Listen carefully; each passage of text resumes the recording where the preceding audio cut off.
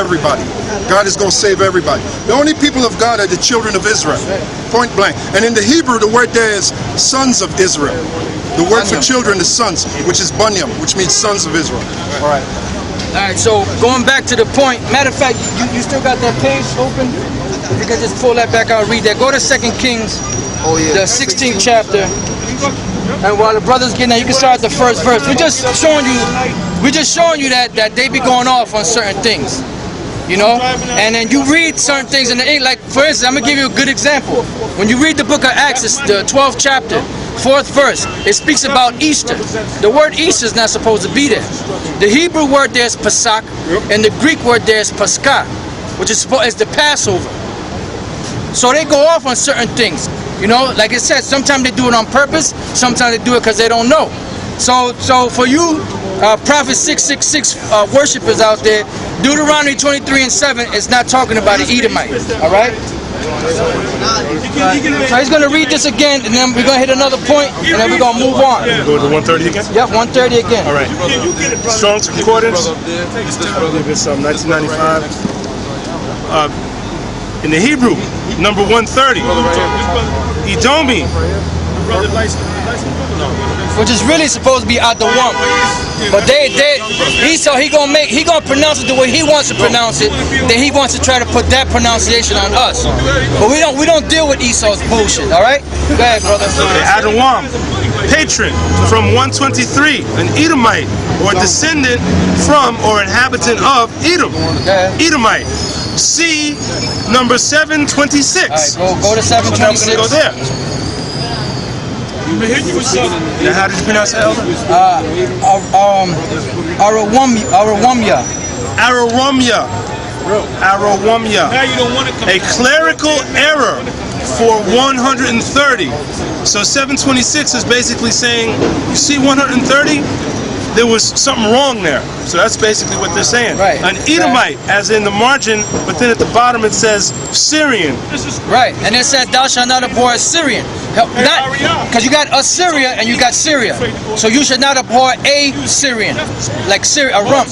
Alright? So now read 2 Kings 16 and start at 5. This is just, what's that? In 2 Kings? Yeah. No, it's talking about. Well, it's talking about the Aram, Syrian, the Syrians. And when they took, because they basically took us down. Because there's a portion of land. Somebody get the original descendants of what? No, the original descendant of Aram, which is one of the sons of Shem. They're called Syrian. You got Syrians, you have Assyrians. Now the Syrians, which were in that land, like for instance, Abraham, he was known. They called him Syrian. His peoples, because he came out of the line of Arphaxad, but then you had Shem, and Shem had I believe it was 5 sons. One of them was Aram. The land of Syria was named after Aram. Okay, so go ahead, brother. Right, 2 Kings chapter 16 verse 5. Then Rezin, king of Syria, and Pekah, son of Remaliah, king of Israel, came up to Jerusalem to war, and they besieged Ahaz, but could not overcome him. At that time, Rezin, king of Syria, recovered Elath to Syria, and drave the Jews from Elath. And the Syrians came to Elath and dwelt there unto this day. Right, now the land of Elath, or they call it Ezion Gabar, is right here where the Gulf of Aqaba, which is in the Red Sea. You had the Gulf of Aqaba right around the bottom, or the bottom half of South Saudi Arabia, around by the land of Edom. So that land was being fought back and forth between Israel and Esau.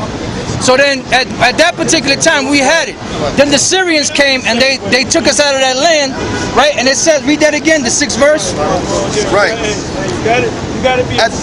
At that time, Rezin, king of Syria. Right, now Rezin, he was one of the Aramaic kings, right? So he came down there, he took Israel out of that land. Go ahead. Right. Recovered Elath to Syria. Now it's saying he recovered recovered Elath, or that land, back to Syria. But when you go to this Blue Letter Bible, because I had a paper that I had this stuff written down, but I don't have it with me. But if you go to the Blue Letter Bible and you click on 2 Kings, the 16th chapter and the 6th verse, and you go to the Hebrew, when you read the Hebrew portion of it, not the breakdown where it goes into the English, when you read the Hebrew portion of it, the word Arawumya or Aram is highlighted in blue. When you click on it, it tells you that in this particular verse, the word that's supposed to be there is Adawam. Alright? So letting you know that there were certain instances where the word Edom was confused with the word Aram. So when you read the book of Deuteronomy 23:7, it's supposed to be, thou shalt not abhor an Aram, an Aramean, for he is thy brother. Now how could that be possible? Give me the book of Deuteronomy 26. He said, just take copies. And this, we're just gonna hit this point and we're gonna move on to something else, because this is something that has to be brought out. Because these guys, that's their whole foundation revolves around Deuteronomy 23:7 and the white man being Japhet. But go ahead, brother, read that. 26 and what? 26 and start at the first verse. That's why Esau. Deuteronomy chapter 26 verse 1. And it shall be when thou art come in unto the land which the Lord thy God giveth thee This is the Most High speaking to Israel. Go ahead. for an inheritance, and possesseth it, and dwellest therein, that thou shalt take of the first of all the fruit of the earth, which thou shalt bring of thy land, that the Lord thy God giveth thee, and shalt put it in a basket, and shalt go unto the place which the Lord thy God shall choose to place his name there. And thou shalt go unto the priest that shall be in those days, and say unto him, I profess this day unto the Lord thy God, that I am come unto the country which the Lord sware unto our fathers for to give us. And the priest shall take the basket out of thine hand, and shake it down before the altar of the Lord thy God. And thou shalt speak and say before the Lord thy God, a Syrian ready to perish was my father. Right, a Syrian ready to perish was my father. Who was that? That was Abraham. Why? Because Abraham was, even though he wasn't of the line of Aram, he was his brother Haran dwelt in the land of Syria. So he went from Ur of the Chaldees, where he left that place where his father was worshiping idols, and they went what they call the Fertile Crescent. Get that map again. They call the so-called scholars call it the Fertile Crescent, right? Which is the land. Sorry, brother.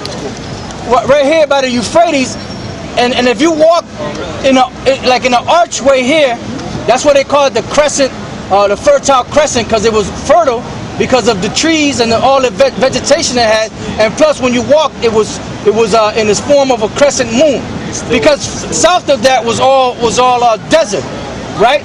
So when he left from Ur of the Chaldees, he went up here to the land of Haran, which is where his brother died, his brother Haran, and they lived in that land. That's what they say, a Syrian ready to perish was thy father. Go ahead. Right. And he went down into Egypt and sojourned there with a few, and became there a nation. Right. Great. That was Abraham. Abraham became a great nation. The Most High told him that of your seed I will make of thee a great nation. Go ahead. Right. And became there a nation, great, mighty, and populous. And populous meaning vast. Go ahead. And the Egyptians evil entreated us and afflicted us and laid upon us hard bondage. Right, now that's going back when we went into the land of Egypt. Right. But the point was Syrian. Now why did the Lord say not to abhor Syrian? Because of the fact that even Laban was known as what? Laban was known as Syrian. Not Assyrian, but Syrian. From the line of Aram. I mean, I know this might be a little boring, but these are facts, these are points, you know? So that's why the Lord said, thou shalt not abhor a Syrian. Why? Because he is thy brother, going back to Abraham, going back to Laban. Rachel was from the line of Aram. Through her came the nation of Israel. We took refuge. Moses took refuge by the Midianites in that land. So those people took assent as to where our own so-called brother Esau